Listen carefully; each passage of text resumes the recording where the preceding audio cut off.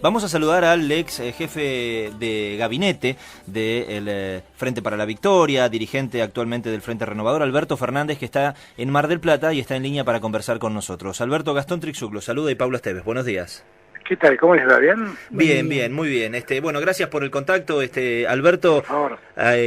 Teníamos previsto recibirlo aquí en los estudios. Habíamos más o menos ambientado la radio, pero bueno, sabemos que los tiempos en una agenda apretada son complicados. Hace poco estuvo en Uruguay, por estos días en Mar del Plata. Cuéntenos un poco. Bueno, sí, últimamente ando medio movido. La semana pasada estuve en Entre Ríos, hoy estoy acá. Vine acompañando amigos que son parte del Frente Renovador, de nuestro partido, que es el Partido del Trabajo y la Equidad, acompañándolo a Damián Amado, que es quien está liderando todo este esfuerzo, y un poco con la idea de traerles mi visión de la Argentina y también de escuchar lo que está pasando en Mar del Plata, porque cuando uno sale de Buenos Aires aprovecha para conocer in situ lo que ocurre, ¿no? Que muchas veces los problemas del interior del país, aunque sea una ciudad tan importante como Mar del Plata, que parece un Buenos Aires con mar, esta ciudad cada día más linda, aún así uno siempre encuentra problemas y dificultades que desde Buenos Aires no se ven, ¿no? Ayer, por ejemplo, fui a visitarlos a la gente del Nuevo Amanecer, la cooperativa de trabajo, que está de algún modo continuando lo que era el Amanecer, esa empresa láctea que todos conocimos. Y la verdad es que es un esfuerzo enorme que están haciendo y los problemas que han afrontado y las dificultades que todavía afrontan y la burocracia que tienen que enfrentar del gobierno de la provincia. Y bueno, uno se da cuenta que a veces en el interior aparecen problemas que en Buenos Aires no se ven y que son problemas serios y a los que prestarle atención. Así que yo siempre que salgo al interior aprovecho para conocerlos, porque la Argentina, siendo el jefe de gabinete, me di cuenta que la Argentina no es un país tan federal como dice, y bueno, siempre es bueno saber lo que pasa en todos lados. Y a ver, para ponerlo en estos términos, el humor social de la gente, el nivel de conflictividad, las distintas problemáticas en todos estos años que lleva en el mundo político, ¿cómo lo está viendo actualmente, en el presente? Porque tal vez podemos hablar de las palabras del presidente esta semana, el discurso del presidente Mauricio Macri en la Asamblea Legislativa, en lo que fue esta semana el inicio del periodo de sesiones ordinarias en el Congreso, donde hizo un poco un balance y precisamente sobre la actualidad de Argentina, lo que venimos transitando en estos casi 500 días de gestión. Usted lo resumió en una frase impactante, ¿no? Lo que dijo Macri fue un discurso psicótico, cínico. Sí, bueno, porque el discurso de Macri tiene tres partes para analizar, ¿no? Como discurso de Estado, como discurso de un presidente que inicia las sesiones ordinarias del Congreso, la verdad fue un discurso psicótico. ¿Es psicótico o cínico? Porque el país del que habla no existe. Vean que el psicótico es alguien que vive una realidad distinta a en la que está. Y la verdad es que efectivamente tiene esa característica, porque uno lo escucha hablar a Macri y dice, ¿de qué está hablando Macri? Ya le llamaba la atención cuando anticipaba el segundo semestre, cuando hablaba de los brotes verdes, y ahora cuando le escucha decir las cosas que dice. Yo entiendo que él tiene que insuflarle ánimo a la gente, pero la verdad no le va a insuflar ánimo a la gente mintiéndole. La verdad lo único que va a generar es una depresión mayor de la gente, porque son frustraciones. Hay una parte del discurso que tiene que ver con el contenido del discurso de un presidente que cuando se inauguran las sesiones ordinarias del Congreso muestra lo que hizo y anticipa lo que va a hacer. Bueno, todo eso estuvo ausente. Entiendo que no muestre lo que hizo porque lo que hizo fue poco y nada, pero tampoco nos dijo lo que iba a hacer. Es más, la única referencia a lo que iba a hacer tuvo que ver con algún comentario sobre el Banco Central, y lo único que nos anticipó es que va a hacer lo mismo que viene haciendo, con lo cual es solo preocupante lo que dijo. Después el discurso tiene una segunda parte, que es el lanzamiento de campaña. Está clarísimo que Macri ya le hizo saber a todo el mundo que él va a confrontar con Cristina Kirchner, que va a intentar una vez más polarizar la sociedad entre los que están con lo que él llama el populismo corrupto, y los que yo llamo, y los otros, que es el gobierno de él, a los que yo llamo el elitismo empresario corrupto. Y la verdad es que él ya anticipa cómo va a ser esa campaña. Pero la verdad es que a nosotros nos hagan elegir entre esas dos opciones que tienen el común denominador de la corrupción, me parece patético. y la Argentina no merece eso, uh-huh. no merece eso. Uh-huh. Entonces, hay una tercera parte, pero igual él ya anticipó que él va a intentar polarizar con Cristina, va a asustar a la gente diciéndole, si no gano yo, gana Cristina. ¿Y va a entrar al trapo, Cristina? O sea, ¿va a entrar a no lo sé, no lo sé, pero Cristina hoy tiene un porcentaje importante de votos, uh-huh. no sé qué es lo que va a hacer ella, uh-huh. pero digo, si se presentara sería absolutamente razonable, porque tiene un caudal de votos muy importante en la provincia de Buenos Aires. Claro. Finalmente decía, hay una tercera parte del discurso, que es lo que yo llamo el manual de autoayuda de Macri, ¿no? Macri siempre, como parte de su discurso, se lo debe recomendar Durán Barba, tiene una parte que es lo que yo llamo el manual de autoayuda, ¿no? Aparece el Macri ese gurú que habla de la felicidad, de la alegría, de la confianza, que no tiene nada que ver con la realidad. Esta es la verdad, ¿no? Y que aparece permanentemente en sus discursos. La verdad es que en eso se dará cuenta que pienso que es uno de los discursos más pobres que le escuché decir a un presidente. Uh-huh. Y eso solo me preocupa. Uh-huh. Alberto, cuando comenzó la gestión de Cambiemos, rápidamente explotó el fenómeno de los Panama Papers, pero en el camino hasta llegar a la fecha donde se habla de Avianca, de Correo Argentino, también pasaron otras cosas, los jubilados, las tarifas, los famosos DNU del presidente, en realidad tomando decisiones importantes sin debate, lo que hizo con la ley de medios. Siempre desde el oficialismo, en un principio, y después esto se sostuvo durante todo este tiempo de gestión, se transmitió que bueno, que había una intención de desgastar al presidente, de manipular la información, pero sigue pasando el tiempo y se siguen tomando decisiones cuanto menos polémicas. Sí, claro. El primer punto, en verdad hay muchas cosas que tienen que ver con la transparencia, que Macri realmente se haya presentado en el discurso del otro día como el paladín de la lucha por la transparencia, a mí me pareció patético, porque toda su historia es una historia oscura, toda su historia empresaria es una historia plagada de denuncias penales en su contra y de procesos penales en su contra. Efectivamente, no son los Panama Papers solo, los Panama Papers que quedaron ahí como en un limbo y que todavía es un problema que nadie ha explicado. Y donde aparecían personajes como Grindetti, que tenía, hasta el día de hoy no explicó la cuenta en Suiza ni la sociedad de Bahamas, y era el secretario de Hacienda de Macri durante los 8 años en que Macri fue jefe de gobierno de la ciudad, actual intendente de Lanús. Después se sucedieron un montón de cosas, ¿no? Porque el caso Avianca es un caso vergonzoso, lo que pasó con el correo es un caso vergonzoso. Son casos, lo que se está investigando hoy, que ya se conocen antecedentes en Brasil, con el caso Calcaterra y el caso Odebrecht. Entonces, hay un sinfín de cosas que en verdad lo único que uno dice es, bueno, pero ¿cómo es esta historia? Finalmente todo lo que lo rodea a Macri está vinculado a negocios de este tipo. Uh-huh. Todo empezó con Aranguren y sus acciones en Shell, cuando Aranguren seguía aumentando el precio de la nafta. Entonces, que Macri sea el abanderado de la lucha por la transparencia en Argentina es casi un chiste. Es casi un chiste. Sí. Y me da la sensación que, bueno, que estamos un poco en ese lugar, en ese punto, ¿no? Que él insiste en hacer esos planteos y en decir esas cosas, pero realmente como emisor es un emisor muy poco creíble.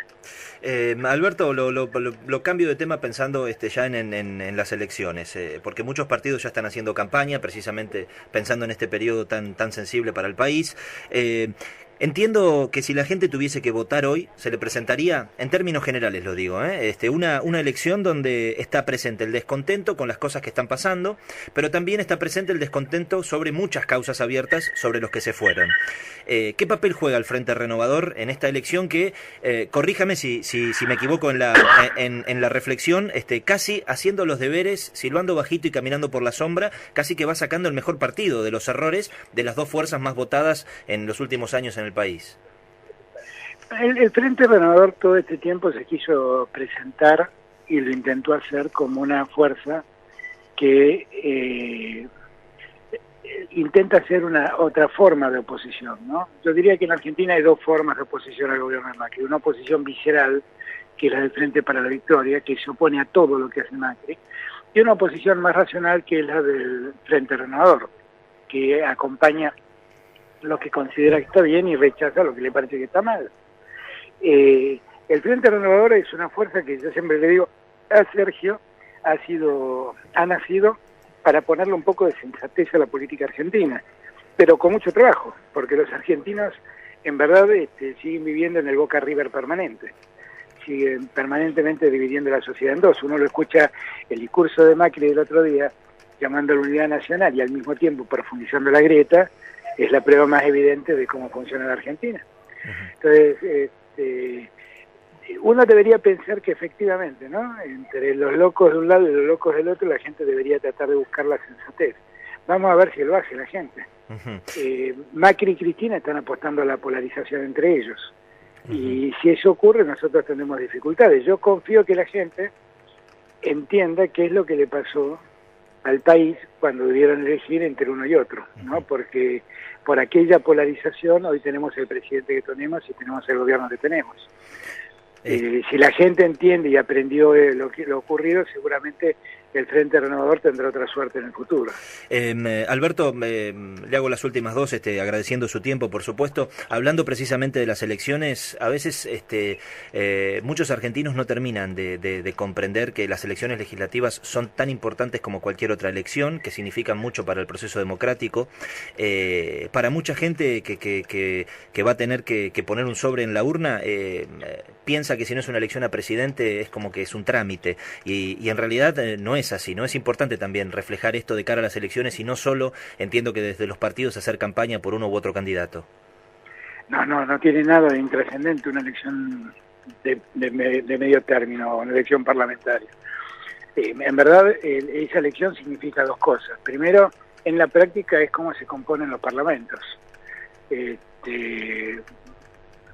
Para el gobierno va a ser muy dificultoso, porque el gobierno no tiene mayoría en el Senado ni en diputados, es muy posible que tenga menos de lo que tiene hoy. Y por lo tanto puede convertirse en un escollo mayor si es que pierde las elecciones. Con lo cual eso tiene una significancia enorme a la hora de que el gobierno pueda gestionar de un modo o de otro. Pero además es un mensaje para el gobierno, porque es la única forma que tienen Muchas veces renegamos de las elecciones cada 2 años, pero es el modo que tiene la ciudadanía de advertirle a un gobierno que está haciendo las cosas mal y que hay que cambiar. Sí, y eso no es un dato menor, es un dato enorme, porque ningún gobierno es tan necio de no escuchar lo que le dice la gente en los votos. Exacto. Y me parece que eso tiene una trascendencia enorme, sin ninguna duda. Bien, por último, usted es abogado, es profesor de Derecho Penal, es una voz autorizada para hablar de uno de los principales temas de conflicto en la sociedad argentina, que lamentablemente es estructural, en el tiempo no se soluciona, con el suceder de los gobiernos la situación incluso hasta empeora. ¿Qué tiene que pasar en la Argentina con respecto a bajar o no la edad de imputabilidad? Es que el problema no es la edad de imputabilidad. Esto hay que entenderlo de una vez por todas. Porque la Argentina, una de las cosas que tiene que hacer si quiere resolver el problema de la inseguridad es terminar de actuar por reacción.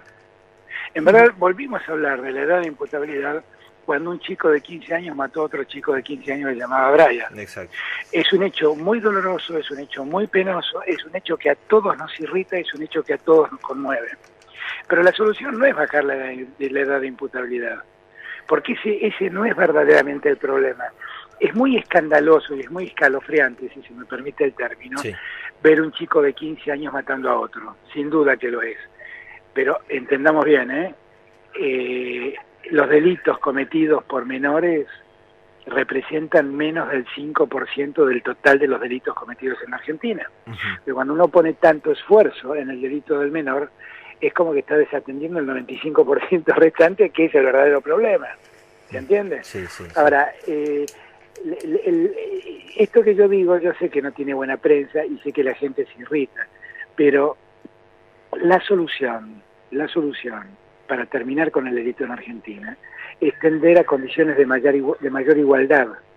Las sociedades donde menos delitos existen son aquellas sociedades más igualitarias, no más ricas, más igualitarias. Estados Unidos es una sociedad muy rica, profundamente desigual y tiene enormes problemas de delitos. Finlandia es una sociedad menos rica, mucho más igualitaria y el delito es casi nulo. Entonces, cuando yo hablo de condiciones de igualdad no es que todos ganemos lo mismo, es que todos tengamos oportunidades parecidas.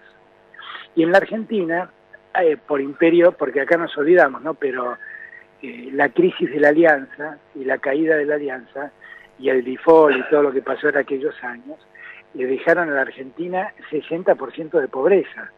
De ese 60% de pobreza, aún queda un remanente de alrededor de 20, 23 puntos, que es pobreza estructural, que es muy difícil de sacar, porque son familias y gente que se ha criado sin trabajar y que se han criado en la marginalidad. Y en esa marginalidad, mientras pasaba esto, se instaló en la Argentina el crimen organizado, el narcotráfico.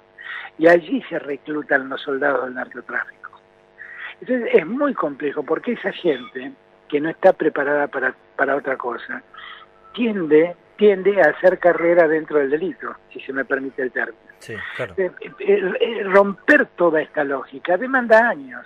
Es mucho más fácil. Y mucha decisión política, ¿no? Y mucha decisión años, política. Y años, significa que todos los jóvenes lleguen a un colegio, que todos los grandes tengan un trabajo, que todos los hijos tengan salud. Y esto demanda tiempo. Y obviamente una decisión política de hacerlo constante. Pero mire, perdóneme, voy a aprovechar para hacer un ejemplo de cómo esto va variando. Sí. Nosotros creamos una ley de financiamiento educativo que hizo que para la educación, la ciencia y la tecnología afectemos el 6% del Producto Bruto. Eso se cumplía a rajatabla. El Estado Nacional tenía una obligación, que era llamar a paritaria nacional, fijar condiciones mínimas de paritarias, para que después las provincias se acomoden, y para eso le creamos un fondo específico para que el Estado Nacional pueda pagar a las provincias que no podían pagar ese acuerdo paritario la diferencia que necesitaban y garantizar el comienzo de las clases. Eso funcionó siempre, hasta ahora. Que el gobierno dice, no llamo a paritarias. Yo dije, me dirá, ¿y esto qué tiene que ver? ¿Sabe qué tiene que ver? Esto es el desinterés por la educación. Eso es el desinterés por la educación, porque lo que el gobierno no dice es que no llamando a paritaria se birla, perdón el término poco académico, que queda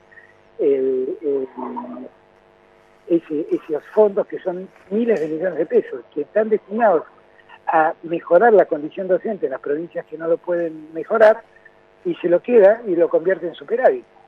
Sin duda. ¿Entiende lo que digo? Sí, sin duda, sin duda. Lo que era una política de Estado para favorecer la educación de todos y para favorecer que los docentes empiecen en tiempo y forma las clases, y eso fue sumado de la garantía de que en todas las provincias nunca podía haber menos de 180 días de clases.